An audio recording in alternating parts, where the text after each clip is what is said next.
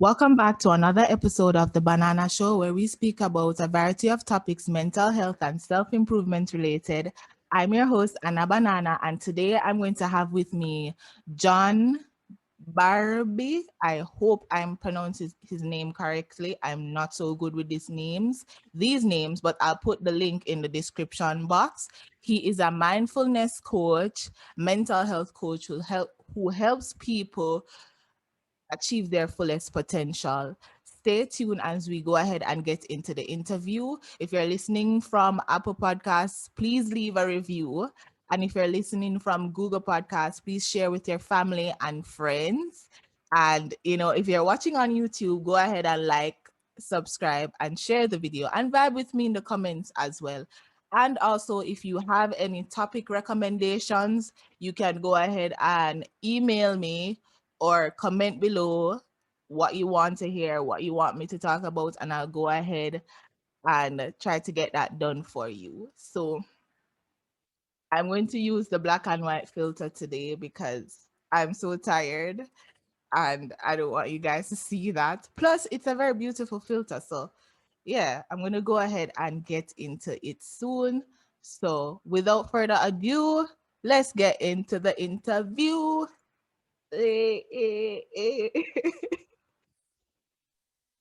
So I want to thank you for coming today. I really do appreciate it, John. I actually don't know if I pronounced your last name properly because it gave me a warm time to say. So could you go ahead and tell the audience what your last name is? Absolutely.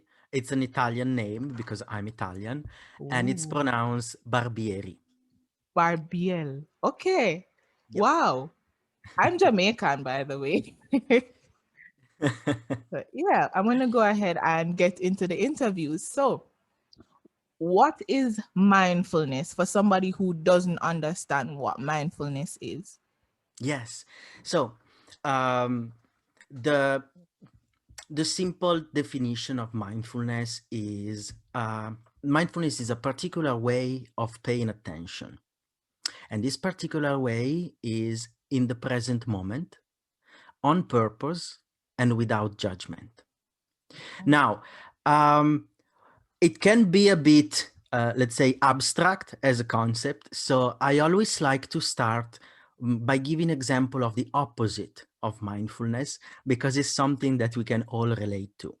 So for instance, if I'm asking you, have you ever driven your car somewhere and arrived to your destination only to realize you don't remember anything about the journey, Yeah, right? because you're Or so used to taking the journey.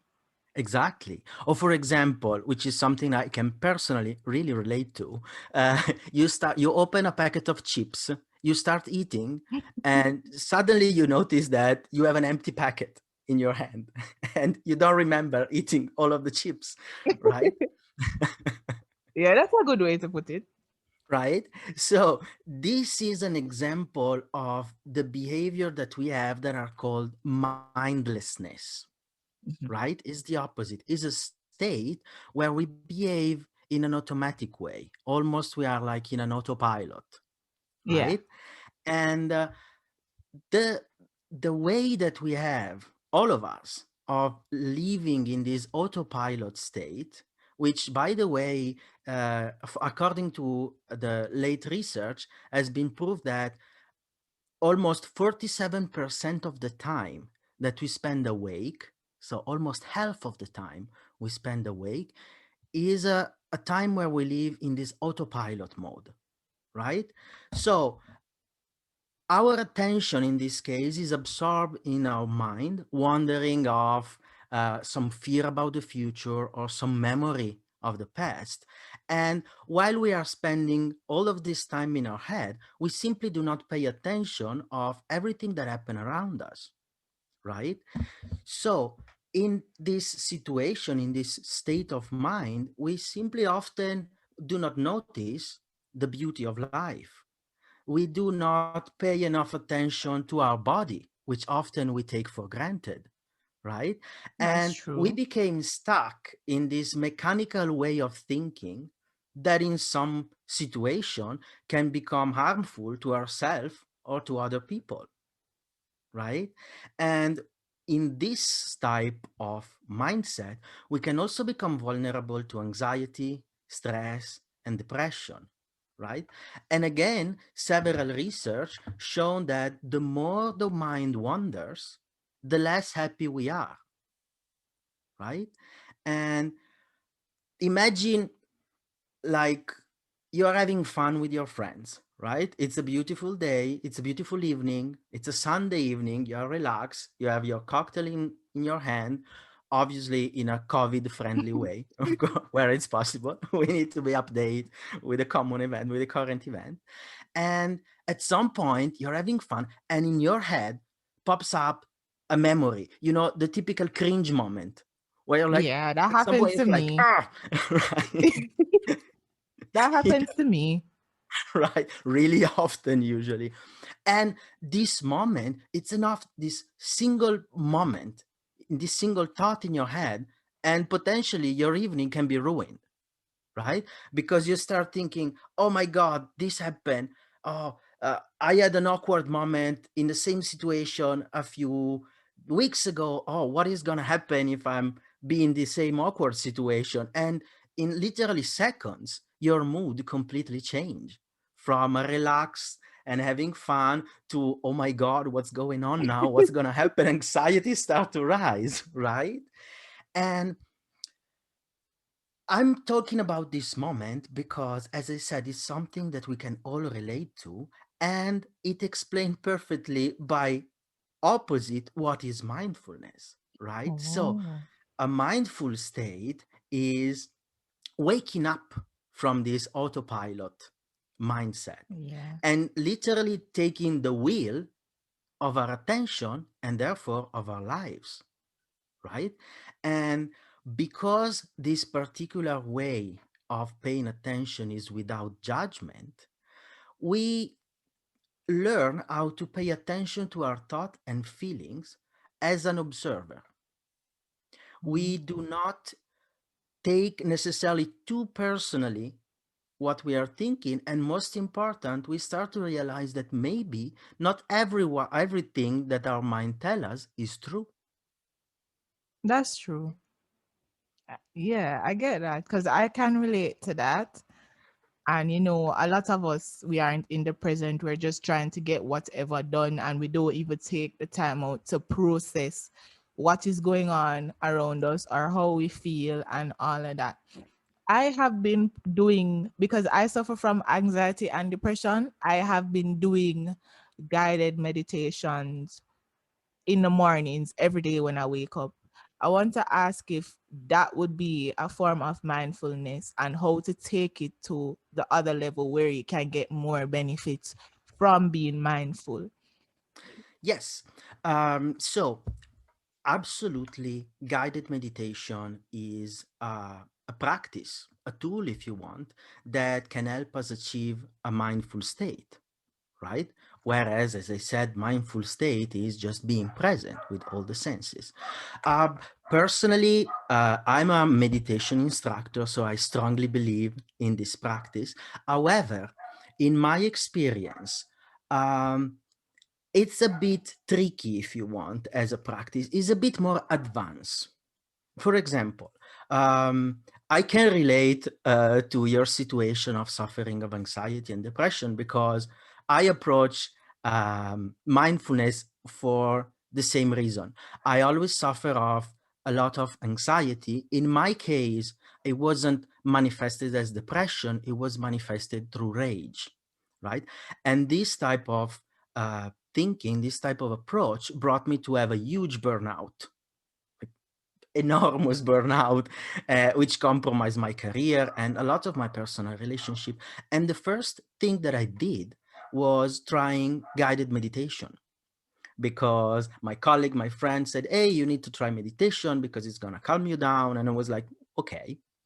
The problem that I face, and many of my clients face in this situation, is that when your mind is so used to work at the speed of light, is always constantly worried about something or thinking about something, um, sometime hearing a soothing voice that is telling you, okay, now breathe, focus on your breathe, relax, don't think about anything in particular.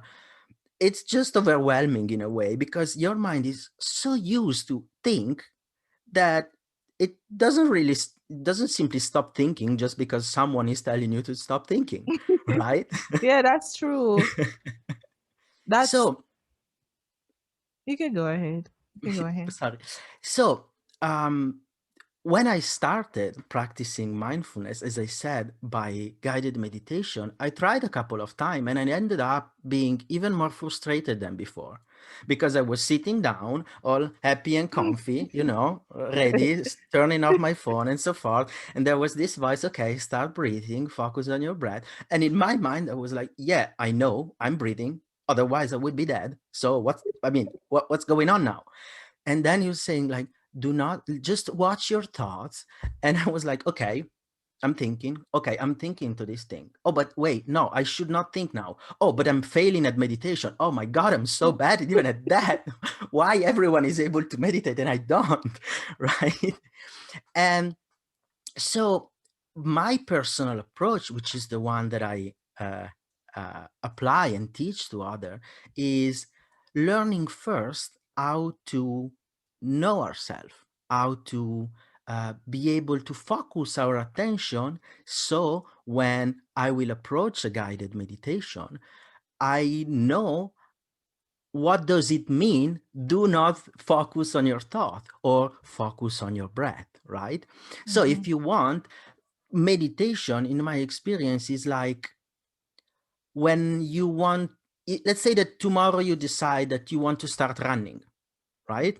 You want to start running as an hobby. You're not going to start running by running a marathon immediately, right? No, I mean, That's you can all. try. You can try. I mean, it won't work. But anyway, so guided meditation is like running a marathon, right? You want to learn how to walk first, run first, and then you're going to start to do 1K, and then you move to 5K until you're able to do a marathon. So I think it's important to convey the message that meditation, mindfulness is not the same as meditation, Oh, right? that is something Me- I didn't know actually.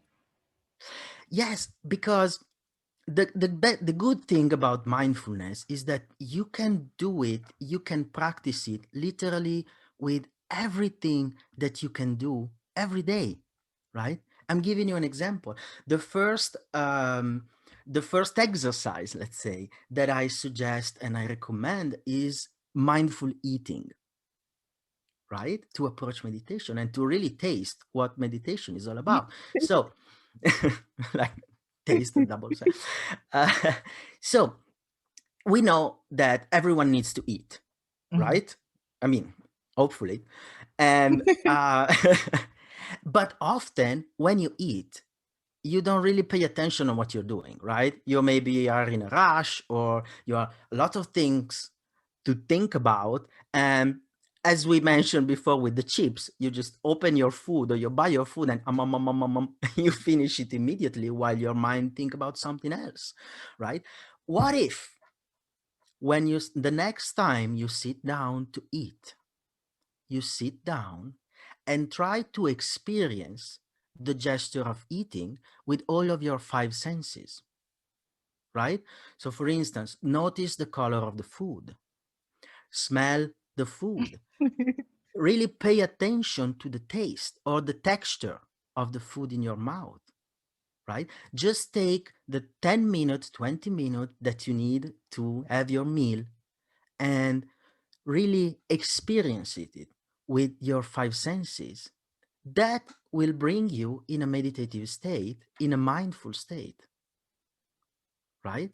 And this type of experience can be really applied to anything that you're doing, practical, such as eating, but even applied to your emotion. So, for instance, as I said, I used to suffer with a lot of anxiety. Now I'm practicing mindfulness for 5 years And I'm not going to tell you that I'm never anxious. Sometimes I am anxious, of course, because it's a human emotion, right? We cannot, the goal of mindfulness is not suppressing our emotion, right? Um, so whenever happen that I have anxiety for something, the first thing that I do is asking myself how this anxiety is manifested into my body, right? I close my eyes and I start literally to scan my body from my feet going up to my head and try to notice what are the physical sensation that anxiety bring me, right? Maybe I curl my toes, or my calves are contracting, or I feel my stomach that is like all gurgly and knotted up, right?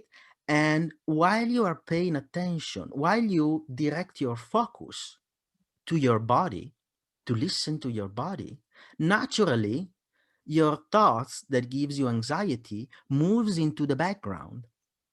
And because all of our thoughts have a life, so they start and at some point they And disappear, right? If you learn how to concentrate, how to focus your attention in this moment to, for example, your body, as I was telling you, all these thoughts move naturally to the background and they fade. As they come, they go. okay. Yes, I actually experienced that because when I started to meditate, um, I struggled first of all with the guided meditation because I'm staying still. My eyes are closed. I'm able to stay still, but my mind wasn't. So I felt like I was failing at first until I started to get into it. But I still have that occasionally. I still have to fight to calm my mind down. So it's like, one day I decided that I'm going to no music, no sound, nothing at all, just lay down and take deep breaths. And I was able to figure out my feelings. I was able to feel like the pain. There was a specific pain in my knee that I felt, and then I didn't feel it any at all for the rest of the day. So I'm wondering if it has healing properties when you're able to properly practice mindfulness. Absolutely, absolutely. For a simple reason, for a logical reason, if you want, um, all the negative emotion that we have inside, all the stress, all the anxiety, naturally, they can bring you a physical problem, right? I If you know are that. particularly right, we both can relate, I think.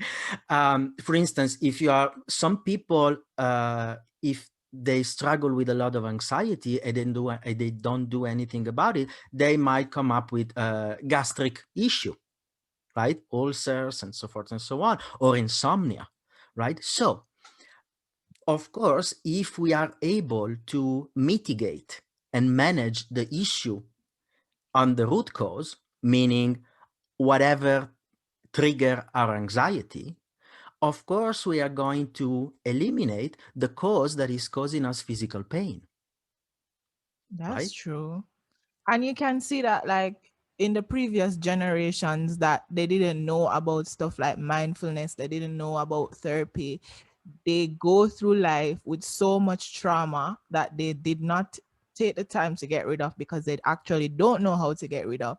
And you see that in their older age, how much sickness they have, especially in the Black community. There's diabetes, there is cholesterol, heart problems, all of that stuff that I feel like, even though it can come from diet and stuff that you do when you were younger, I feel like it come from a lot of traumatic experiences that they did not take the time out to deal with as well. And I had read a couple books that stated that as Absolutely. well. And think just about what we were discussing before, right? The state of mindlessness that don't allow us to pay attention to our body, right? So this the generation before, but even mine, because I'm old, it's it's we are simply not used to pay attention to the signal that our body is telling us, right? Because if I suffer of anxiety, maybe I don't even realize the root cause, so why I'm anxious, but my body at that point has already told me in several ways that something is wrong, right? Maybe I have high blood pressure, right? And if I don't treat my high blood pressure, of course I can have like circulatory problem in later in my life, and so forth and so on, right? So uh it's all about, I think, in this case, really attacking the real root cause, which is something that in a way affect even the younger generation, if you want, because if now we are more, if you want, uh, w- often we are told to follow our instinct, follow our emotion, and so forth. But it's true also that we are bombarded now by a ton of emotion. Think about the modern marketing, right? When you want to buy a phone, right? You don't look at the specs of the phone, try to find what is the right camera for you or how many gigabyte of RAM you want. You just buy the iPhone because you want to feel the emotion that the marketing guy are promising you. Yeah, Or, that's true. right? Think about politics, right? Politics is whatever party, or I'm not discussing about party, but whatever party is going to plan their campaign over fear, Mm-hmm. right? Fear of the foreigner, fear of whatever. In my experience, the fear of the big bad LGBT community, or fear about people that have a different color of the skin than yours, right? Mm-hmm. This is based on fear, right? And because fear is a powerful emotion, right? Now, there's nothing bad about feeling emotion. It's part of being human. But if on a hand we are bombarded by a ton of emotion, or a ton of message that trigger our emotion, on the other hand, no one teach us how to manage those emotions, right? When you go to school, you learn about math, you learn about biology, if you are in a good school. Not necessarily all the time, but you can learn about this thing, but no one is teaching you how to be mindful. No one is teaching you how to manage your emotion, which is a pity because we are, in a way, the new generation are suffering even more. I live in Luxembourg, and in Luxembourg, there's a 45% of risk for professional to have a burnout. Oh, wow. What is burnout if not the exhaustion, the mental and emotional exhaustion, because we are not able to process all the stimuli and emotion that we are bombarded every day at work, in our scenario, my local scenario. But even if you think about Facebook, right? How many people on Facebook just burst out and vocalize their frustration, and you, as a reader, are exposed to all the emotion that people throw out. Again, Yeah, nothing bad, but how can you manage all these emotion that your mind keeps pumping up by reading what happened in the world, or reading a negative comment of, let's say, something that you've done. that's true. We aren't taught the necessary skills in schools to cope as a natural human being. Maybe because they don't feel like it's actually very important, but it is. Um, so just to clarify, mindfulness, guided meditation or meditation is just a tool that you can use to practice mindfulness, but it's not really mindfulness if you think Well, about it. if by achieving a meditative state, Yes, by that would be definition, you are being mindful, right? okay. So we can say that meditation is included in the mindfulness Mindfulness. experience, if you want, in the mindfulness practice. Oh, I understand. Understand now.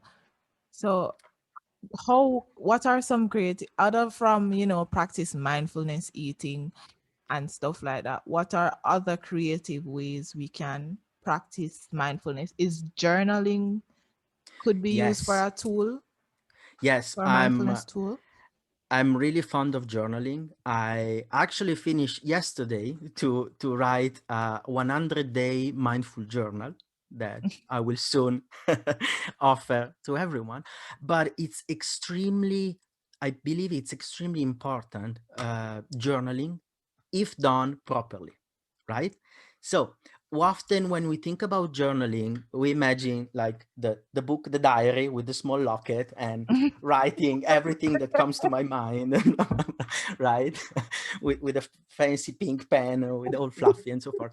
But mindfulness journaling is a bit different, right?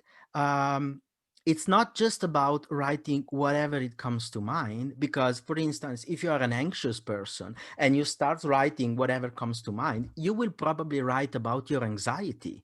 And by writing, it kind of becomes more real, right? You're putting Oh, ink like a on paper. manifest. Like a Exactly, okay. right? Mindful journal is a bit different because it gives you a prompt, it gives you an idea to think about, right? For instance, the easiest way to start a mindful journal is every day writing on your journal, what are you grateful for? Oh, I do that, but I didn't know that it was a form of mindfulness because I was doing some research and they said that one of the ways that you can achieve contentment is actually writing 3 to 5 things that you're grateful for every day. And by doing that, it means you're putting more attention to the positive things that are happening in your life. Hence, it helps you to feel better because you're not focusing on the negative things, and you're able to both see correctly the positive and the negative and not just the negative, because sometimes we all have tunnel vision to just only look at the negative things that are happening, which does not help us to reach anywhere at all. Exactly. And by describing what you are just saying, we can connect it to mindfulness, because you were correctly saying it helps you to put your focus not just onto the negative, but also onto the positive, meaning that you choose consciously to direct your focus on what are you doing now, what you just done, your day, so the present moment, right? And on top of it, as I was mentioning, another key component of mindfulness is not being judgmental, right? And uh, a good antidote to judgment is practicing gratitude, Oh, right? okay. And that's why even just a simple question as, what are you grateful for today?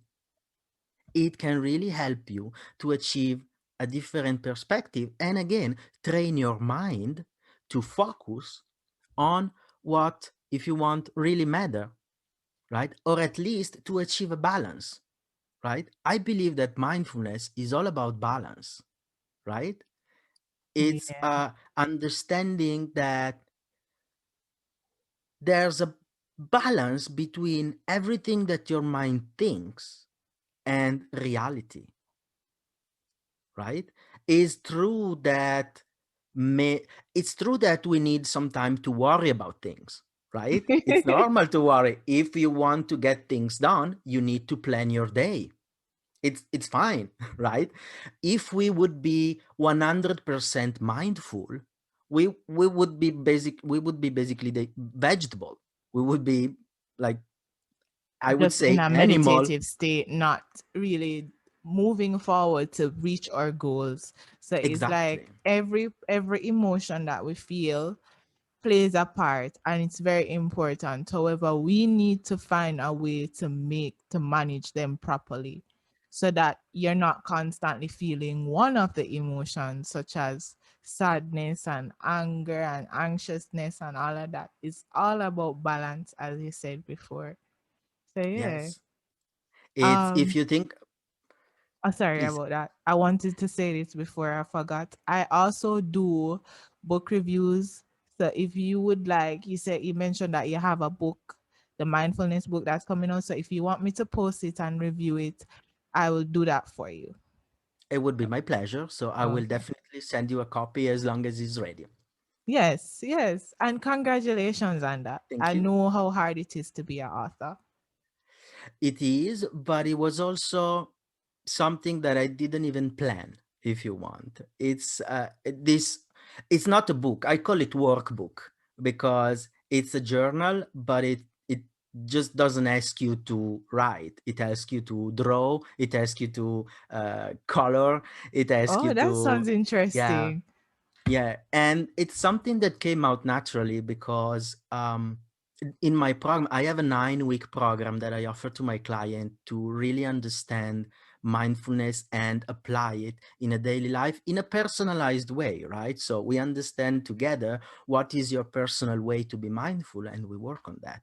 And naturally, many of my clients were drawn to journaling, right? I am. So I started collecting different type of prompt, and not just a lot 100 question that you need to answer every day and so forth, but I try to make it funny, right? I try to make it interesting.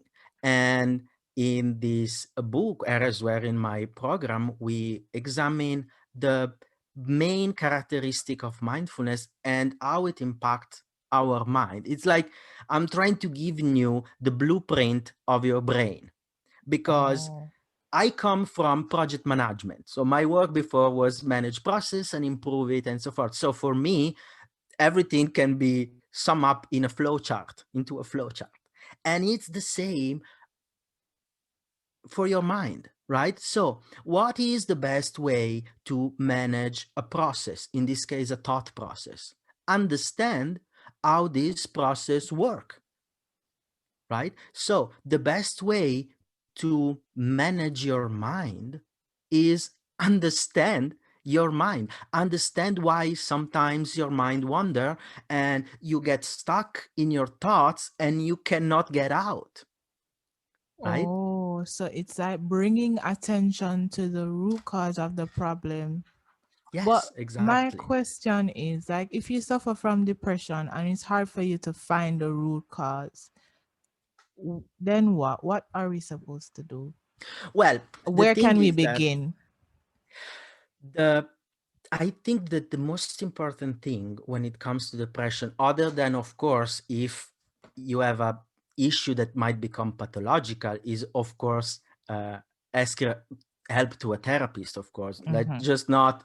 I don't want to say that, oh, like drugs are absolutely useless. Psychiatry is a scam. It's not. It's absolutely, but it's, to me, it's complementary to mindfulness, right? They together work in a synergy. So in the case of depression, even if you don't know why, does it really matter as long as you accept it? That's Because true. acceptance, it's another pillar of mindfulness, if you want. Acceptance is a word that in the contemporary age, it has become synonym of resignation. Oh, I accept my fate. There's nothing I can do. I will just submit and die. No, acceptance means opening ourselves to the experience, right?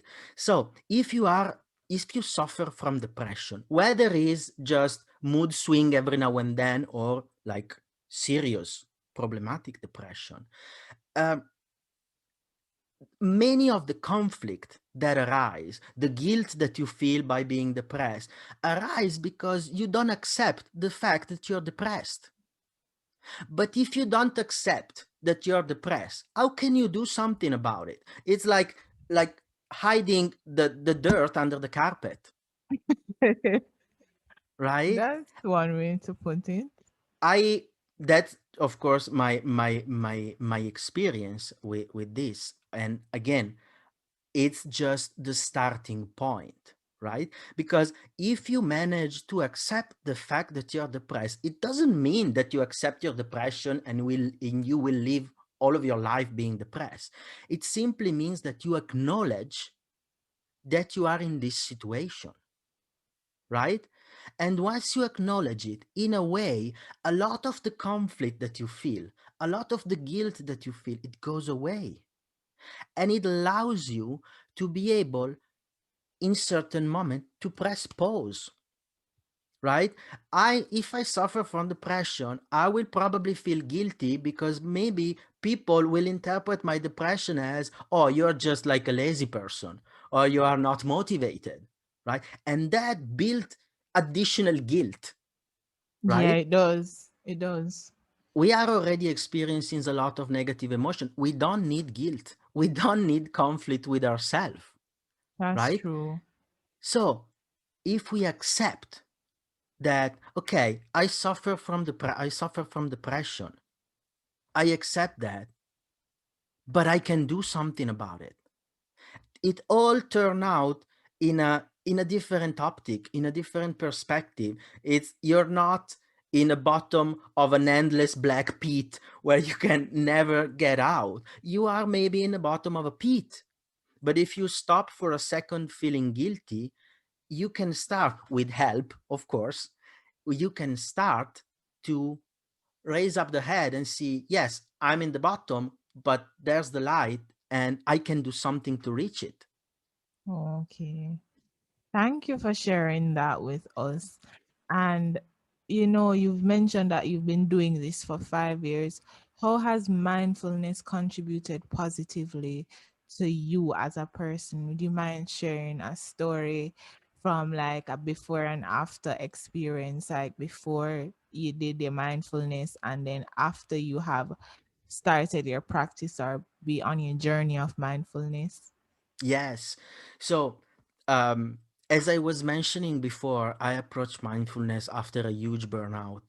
And as I was telling you, I always suffer of anxiety, and I my burnout happened when I was 35 years old. And to be honest with you, I never thought for a second that I was suffering from anxiety, because I was raised in a house where you have to be anxious, because if you are not anxious about things, it means that you don't care. That's true. I can see where that thought comes from. Italian family. Yeah.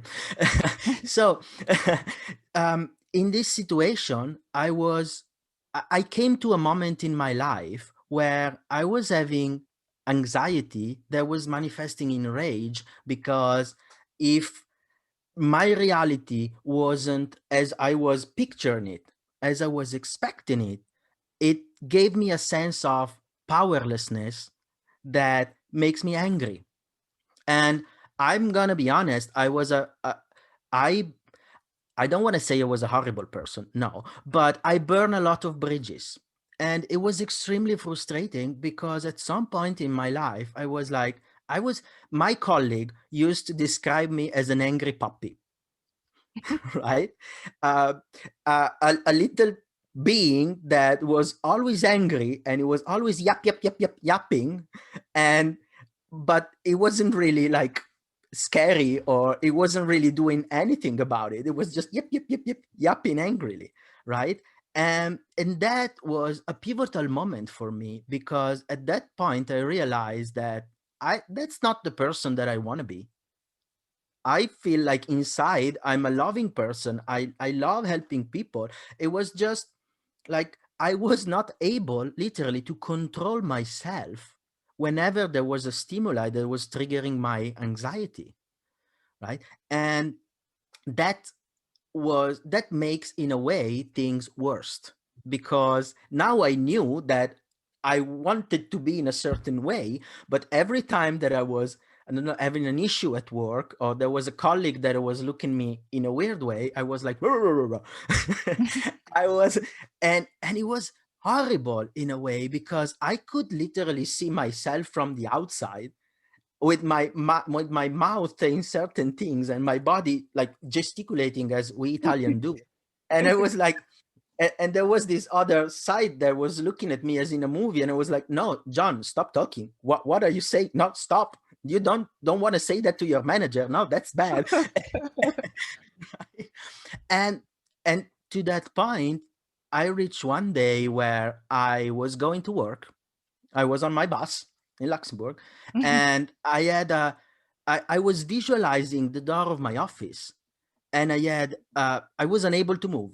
I just stay sit. I miss my exit. I miss my my stop, and I just stand on the bus, and I spent basically all morning on the bus, and I came back, and so the first thing that I did, of course, well, my manager was kind enough to say, well, maybe it's about time that you take some time for your mental well-being. And I was, thank you.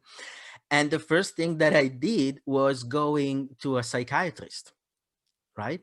So I found a psychiatrist online, and the first thing that this guy gave me was uh, drugs, right? No, he didn't take the time out to kind of figure out the problem. Oh no, he listened to me talking for about 2 hours, and it was 1 hour per session. So at the end of the second session, I said, listen, I want to get better. I'm happy to tell you everything that is wrong in my life, but can you please help me to do something about it? So he prescribed me, like he wrote something on a note, and because I have a little bit of experience in this type of treatment within my family, I looked up this drug on the phone. I was still in the office, and I noticed that it was for the treatment of epilepsy. So I was like, I'm sorry, doctor, but why are you giving me drugs for epilepsy? If there's one thing that I don't have is epilepsy. And he said, well, I think it should be fine for you. It's not an high dosage. And I was like, no, that's not going to do well for me, right? It's not what I want to do, right? So I changed approach, and I started psychotherapy. I went through to this psychotherapist, which was a wonderful professionist. She was amazing. And with her, we started to find out the root causes of my anxiety, right? And I felt a little bit better for the first 2 or 3 months. But then after, I would say probably 6 months, I started to feeling a lot of worse because I knew the cause of my anxiety, of my need to be always the to prove my worth, if you want. But again, I did not know what to do about it, right? And if anything, knowing the root cause will made it even more real. Like, okay, my mind today work in this way because for 35 years I did this, this, and that. So how can I change? I will never be able to change. And that's when I hit my lowest point in my life, I guess, because I really was one step from, let's just say that I visualize myself often doing something to end up everything. Let's just say that. I understand. And I've had that happen to me as well, so I understand. but that's when I said, well, I mean, there should be something that I can do about other than end my life, if you want. Mhm. And during one of my endless sleepless night, where I was jumping to YouTube video, cute kittens or like meditation, I was trying everything basically. I stumbled upon Mingyur Rinpoche, which is a lama, and his approach is really good because he study a lot of Western medicine, Western psychology, and he was speaking about mindfulness in a way that was understandable for me, right? As I said, I work I used to work in process management, logistics, so everything was about numbers and data and automation. And so hearing like, open your mind, be present, for me it was like, yeah, it sounds a bit hippish. I don't really but I this Mingyu Rinpoche was able to speak in a way that for me was understandable. We're speaking about the monkey mind, the mind that constantly talk with you and never stop, and how it's difficult to let this monkey mind stop talking, right? And that for me was a revelation, right? So I started reading and learning about this particular approach. And because I really love biology and science, I expanded the point of view of mindfulness, not just from Buddhism or simple Zen meditation, but also from neurobiology, right? And that was what did the trick for me, because my mind, which I always praise myself for being extremely logical, and ironically, I was the most illogical person in the world when it comes to emotion. Um, it was like understanding and listening someone to speak my own language, if you want, right? Oh. So I started approaching mindfulness in my own way. So as I said, I was not the best at guided meditation, and what I did was doing, okay, stop, what do you like to do? I like to walk in nature, and luckily here in Luxembourg we have beautiful forests. So what I did was, okay, I'm start walking, I'm just gonna use my phone, I'm just gonna listen to music. And back then I was playing Pokemon Go, I must admit, because I was trying to keep my mind busy, right? And try to redirect the focus from all of the thoughts that I had in my mind to something that was not my thoughts. So in this case was like catching Pokemon or Mhm. listening to music. And little by little, I commit to do 1 hour of walking every day. And little by little, I started to not needing the music anymore, not needing Pokemon Go anymore, because I was starting to noticing everything around me with all of my senses. So I remember that after, I would say probably 3 weeks or 1 month, I was playing and I was like, I don't care catching a Pikachu. I want to see the world. I want to see the forest. I want to hear like the birds that are flying. I want to run away if I see a boar, because sometimes you also see a boar, so you want to run away. and and that was the way that I started approaching mindfulness, right? And just having the possibility from even an hour of my day to quiet my mind was eye-opening, right? And then from there I started to understand and to work on my judgment. How can I move beyond the strict judgment that my mind had, which, by the way, everyone's have, right? Everyone has a different type of judgment because we have different belief, but we all Mhm. judge, Mhm. right? And again, the balance is not wrong to judge. Judgment is what keeps us alive. But where is the thin red line when over judging becomes dangerous? True. Right? I learn how to accept myself as a simple human being. So you can strive for perfection, but don't be mad if you're not perfect, because we are human. Our nature is being imperfect. I learn the best thing that I've learned about mindfulness is learn how to forgive myself,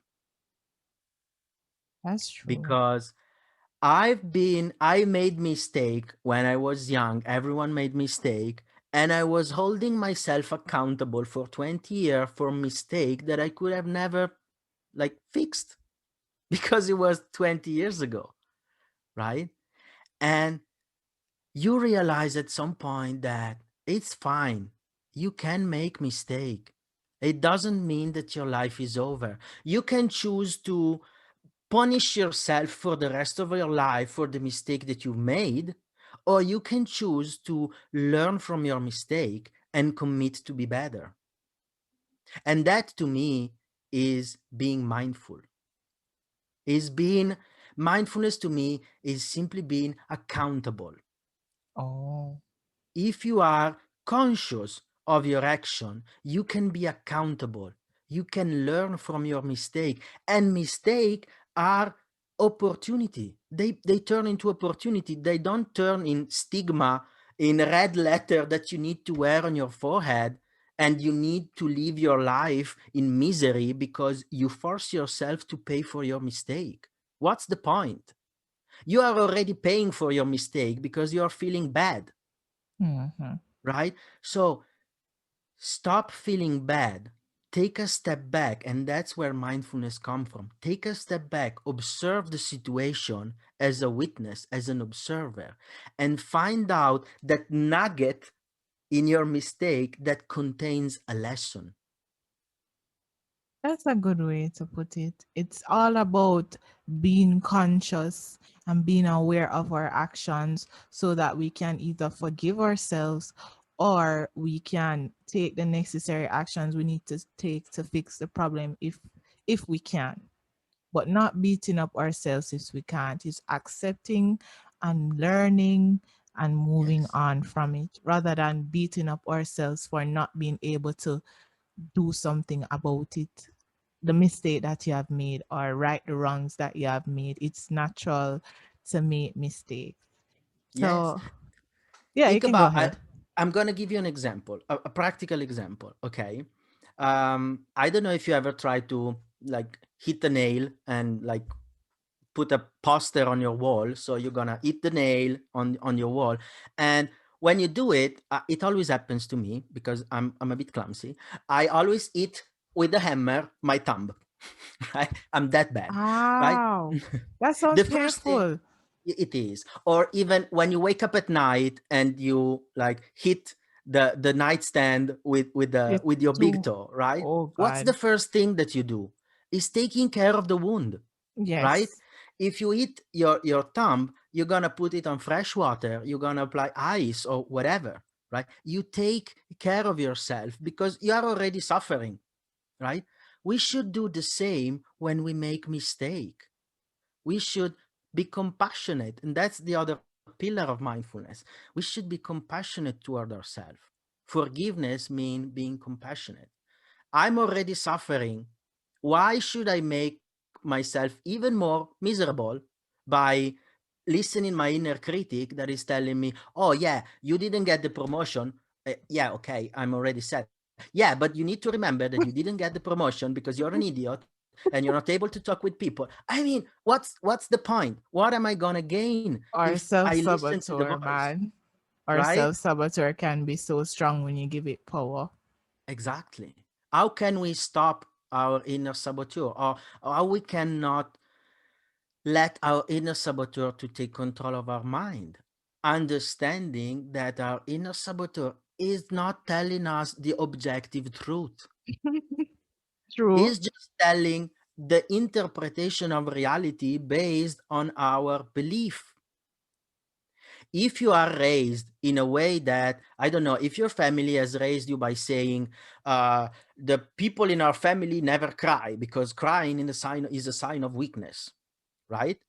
If something, let's say, if you fall and you break an arm, of course you're gonna cry. I mean, it hurts, it's normal.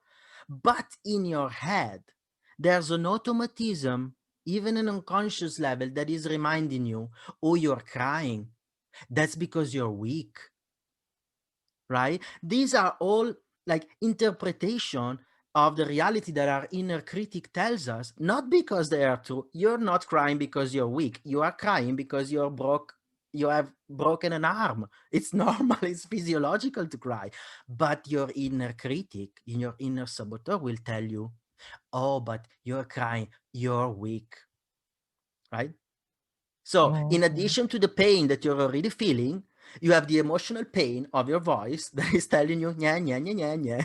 You're not able to do anything, right? What? How objectively, if you if you as a friend, I'm telling you that your instinct is telling me, hey, don't worry, it's normal crying. It's not because you're weak, right? We are such capable of being compassionate toward others, right? When you have a friend in need, you are prone to help him, right? In every way you can. Why we are not able to do the same thing with For us, ourselves, yes.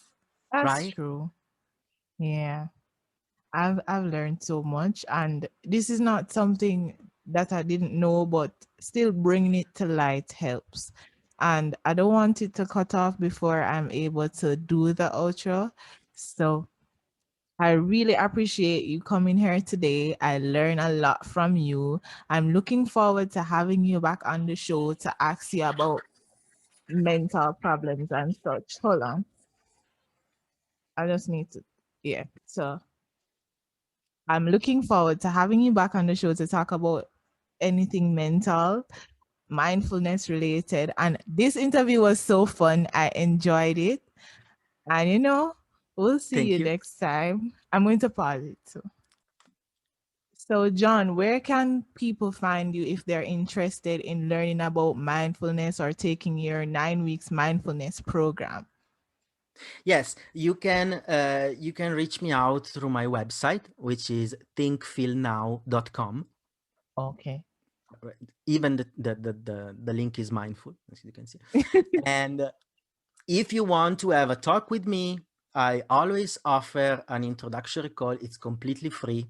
Just hit me up with an email, and we will find a time that suits you, and we just have a chat, right? Okay. Just gonna see, and we're just gonna discuss together and see if there's something that I can do to help you.